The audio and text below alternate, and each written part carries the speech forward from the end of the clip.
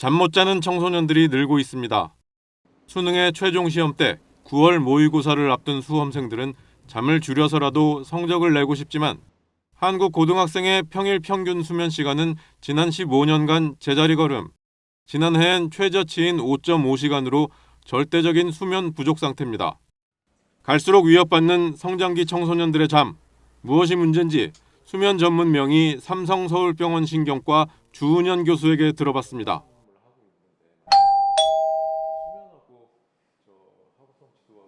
수면의 단계라는 게 있어요.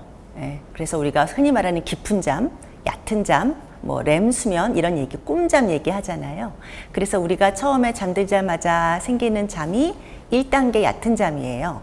그 잠은 자다 깨다 하지만 뇌판에 이미 수면으로 변했고 그 시간이 짧아야 우리가 불면증이 없다, 잠들기 쉽다라고 얘기하고요. 그 단계 지나가면 2단계 잠이 나오고 2단계는 좀 우리가 본격적인 잠이라서 심장이라든가 여러 가지 모든 기능이 안정화되는 본격적인 잠. 그 다음에 나오는 게 3단계 잠인데요. 이때는 뇌파가 굉장히 느리고 커져서 서파수면이라고 하고 우리가 흔히 말하는 깊은 잠이에요. 그때 나오는 게 뭐냐면 뭐 성장 호르몬도 나오고요. 근육이 쫙 이완돼서 편안해지고 근골격 피로를 풀어주는 잠인데 더 중요한 게 뭐냐면 플러스 기억력을 저장시키는 잠이에요.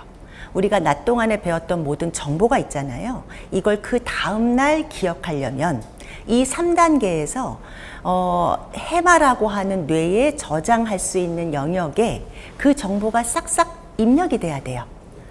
그게 잘 되는 곳이 바로 3단계 서파수면이거든요. 근데 그 다음에 이제 렘 수면이라고 해서 꿈잠으로 연결이 돼요. 그때는 되게 꿈꾸는 잠이긴 한데 그때 역할도 역시 기억력을 담당하고 있어요. 즉 이런 게 수면 원 사이클이 하룻밤에 3번, 4번 반복되는 게 우리의 잠인데 이 깊은 잠이라고 하는 세 번째 3단계 잠은요 수면의 초반밖에 안 나와요. 아무리 내가 늦게 자는 사람이어도 그 잠은 보통 11시, 12시, 늦어도 1시 전에 나오거든요. 그래서 우리가 낮에 공부를 아무리 열심히 해도 다음날 적절하게 기억하려면 이 3단계 깊은 잠이 나와줘야 되는데 잠을 줄인다는 것은 일찍 자고 일찍 일어난다는 얘기가 아니라 늦게 자고 일찍 일어난다는 얘기잖아요. 1시 넘어서 잔다 공부하느라고. 그러면 10중 8구 그 깊은 잠은 안 나와서 낮에 아무리 공부해도 저장이 안 되니까 다음날 시험 때 무슨 일이 벌어지냐면 분명히 봤어요, 이 문제를. 긴가민가한 거예요. 결국 찍게 되는 거죠. 성적과 큰 상관이 없어지니까 공부를 한 만큼. 그게 3단계 잠과 렘 수면이 부족하면 그렇게 돼요. 그래서 절대적으로 제가 수험생들한테 말씀드리고 싶은 것은 잠을 줄여서 절대로 성적은 올라갈 수가 없고 우선 이유는 깊은 잠과 렘 수면의 비율이 줄어들기 때문이고 그러면 잠만 길면 돼요가 아니라 적절한 시간에 자야 돼요. 즉 11시에는 잠을 자야 합니다. 그래서 자야 여러분이 공부한 것을 확실하게 다음날 기억해서 좋은 성적을 낼 수 있다. 이 얘기를 해드리고 싶어요. 너무 크죠. 사실은 수면의 품질을 떨어뜨리는 게 크게 3가지가 있어요. 첫 번째는 나이 드는 거. 나이 들면 무조건 떨어지고요. 2번째가 잘못된 수면 습관이고요. 3번째가 수면 질환인데 사실은 이것 중에서 뭐가 가장 큰 문제인가요? 뭐가 가장 많은가요? 라고 하면 당연히 잘못된 생활 습관이에요. 잘못된 생활 습관은 크게 3가지가 있어요. 술, 커피, 폰. 3가지만 없어도 수면 장애가 없다고 얘기할 정도인데요. 그 중에 하나가 폰인데 그러니까 핸드폰이란 그 스마트폰이 문제가 아니라 거기서 나오는 빛이죠. 빛 자극이 저녁 시간에 특히 자기 전에 많이 노출되면요. 당연히 몸에 멜라토닌이라고 하는 호르몬 있잖아요. 분비가 안 돼요. 그러니까 조금 나오거나 늦게 나와서 잠들기 어렵거나 선잠을 자게 되거든요. 네. 그래서 그 스마트폰은 우리가 이론적으로는 자기 전에 뭐 1시간, 2시간 정도는 하지 않아야 된다라는 말이 왜 그러냐면 우리가 매일 12시 자는 사람입니다. 그러면 나의 멜라토닌이 몇 시에 나오냐면요. 한 2시간 반, 3시간 전에 나와요. 그러니까 한 9시 반, 10시에 나온다고요. 근데 그 멜라토닌은 빛에 매우 예민해요. 조금만 빛이 있어도 쏙 들어가고 늦게 나온단 말이에요. 그래서 아무리 폰에 왜 나이트 쉬프트 기능이 있고 블루라이트 컷 기능이 있어요. 그거는 여러 가지 광선 중에서 블루라이트, 즉 생체 리듬, 생체 시간을 바꿔주는 거라고 알려진 거를 커트해 주는 거예요. 근데 제가 그게 기능이 썩 도움이 안 된다라고 늘 말씀드리는 이유는 청색광이 안 나오는 건 맞아요. 그런데 우리가 야간에 이 핸드폰에, 스마트폰의 디스플레이를 보려면 어느 정도 밝기가 있잖아요. 최소한 100럭스 이상이거든요. 우리가 좀 제대로 보려면. 블루라이트가 있건 없건 그 정도 럭스면 멜라토닌은 안 나와요. 네. 그래서 어쨌거나 스마트폰을 밤늦게까지 보면은 멜라토닌은 아무래도 안 나올 수밖에 없고요. 우리나라 사람들은 해가 지면은 불을 켜죠. 답답증이 나니까 킨단 말이에요. 그래서 주로 자기 직전에 꺼요. 불은, 천장불은 내내 켜 있다가 뭐 TV 볼 때 천장불 켜 있으면 꺼면 눈 나빠진다 뭐 이런 잘못된 속설도 있고 해서 다 같이 이걸 켜놓는데 영향 안 받는 분도 있긴 있어요. 그런데 난 전 야행성이에요. 잠들기가 좀 어려워요. 하는 분들 물어보면은 열의 9이 다 직전에 꺼요. 그게 1시건, 12시건, 11시건. 언제 불을 끄냐면 저녁 7시, 8시에는 반드시 천장불은 끄십시다. 근데 그럼 실내 조명은 어떻게 하나요? 스탠드보다, 그러니까 내 눈높이보다 밑에 그 불이 있으면 문제가 별로 없어요. 반드시 천장에 있는 이 환한 화이트, 요 조명은 끄십시다. 이거라도 광 제한을 하셔서 멜라토닌을 보호하자. 그럼요.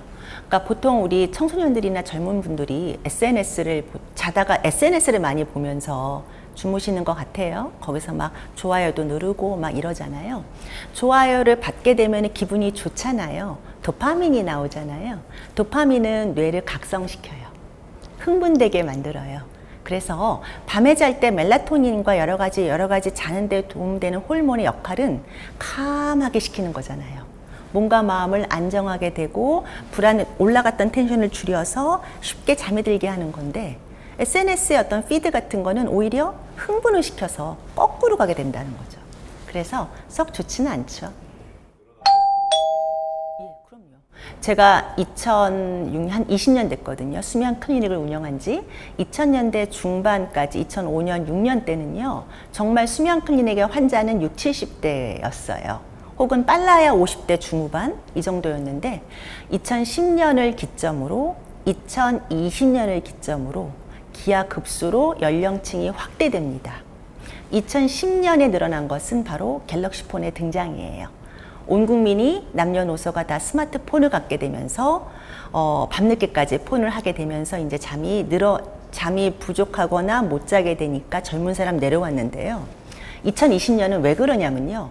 왜 그런지 아시겠어요? 그렇죠. 코로나가 되면서요. 비대면이 됐고 집에서 이제 원격 수업을 하게 되면서 우리 청소년들이요. 자고 싶은 대로 자고 깨고 싶은 대로 깨게 된 거예요. 학교를 가는 루틴이 없어졌기 때문에. 그러면서 정말 50대였던 게 40대, 30대. 요즘 제 클리닉은요. 만 4세부터 88세까지 와요. 전 연령에 걸치는 거고요. 특히 기하급수로 는 것은 10대와 20대예요. 기면병에 대한 진단이 늘어났어요. 무슨 말이냐면은 애들이 집에 있잖아요. 엄마는 아침에 9시에 분명히 수업을 들어야 되는데 거기서 엎어져 자고 있는 애들을 봤단 말이죠. 오전 내내 자. 엄마가 보기엔 기면병 환자인 거예요. 병원에 데리고 오는데 저는 얘기하죠. 얘가 몇 시에 자는지 아시냐? 얘 12시면 자는 것 같은데요? 엄마 문 닫고 들어가면 모르는 거예요. 그래서 저희가 시계 같은 거 채우잖아요. 자고 깨는 거 볼 수 있거든요. 3시, 4시 이렇게 잡니다.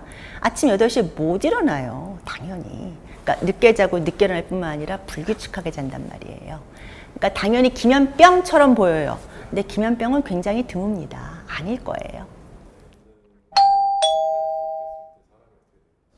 수면 부족도 문제고, 그러니까 양이 부족하거나 질이 떨어지거나 다 수면 부족이라고 친다면 엄청난 문제를 일으킬 수가 있어요. 진짜 수면 부족은 남녀노소를 불문하고요. 모든 장기와 모든 건강을 다 망가뜨리거든요. 그래서 수면 건강이 가장 직접으로는 육체적인 건강을 망가뜨리고요. 이게 나중에 정신 건강도 망가뜨리고 결국 뇌 건강까지 망가뜨려요. 거꾸로 수면 건강을 챙기면 육체 건강, 정신 건강, 뇌 건강이 확보되는 거거든요.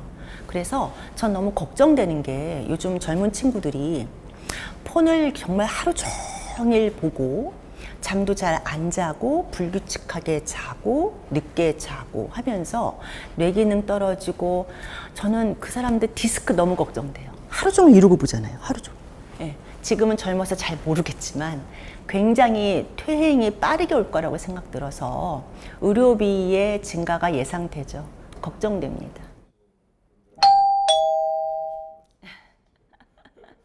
정책 결정하시는 분들이 모두 다 수면 부족이실 것 같은 생각은 들어요. 왜냐하면 우리 PD님도 그러신지 모르겠지만 사당오락 듣고 자랐던 죽으면 많이 자는데 뭐 이렇게 벌써 자느냐 이런 얘기도 듣고 자랐던 그런 세대이기 때문에 그분들이 그런 세대이기 때문에 수면 건강에 그닥 관심이 없으신 것 같아요. 우선은 수면이 아까 제가 얘기했던 모든 건강의 기초가 되며 이게 흔들리면 전체 국민 건강이 흔들린다는 거에 대한 어떤 지각, 거기에 대한 인식 변화가 있었으면 좋겠고요. 그리고 학생 때부터 충분한 연령에 맞는 수면 시간이라는 게 있거든요. 이게 확보가 돼야 돼요. 초등학생은 9시간, 10시간이고 중고등학생 8시간인데 그거 지키는 친구들 거의 없는 것 같아요. 그래서 학교 수업이라든가 학원 수업 있잖아요. 이거에 대한 저는 제한이 있어야 된다고 생각을 합니다. 예.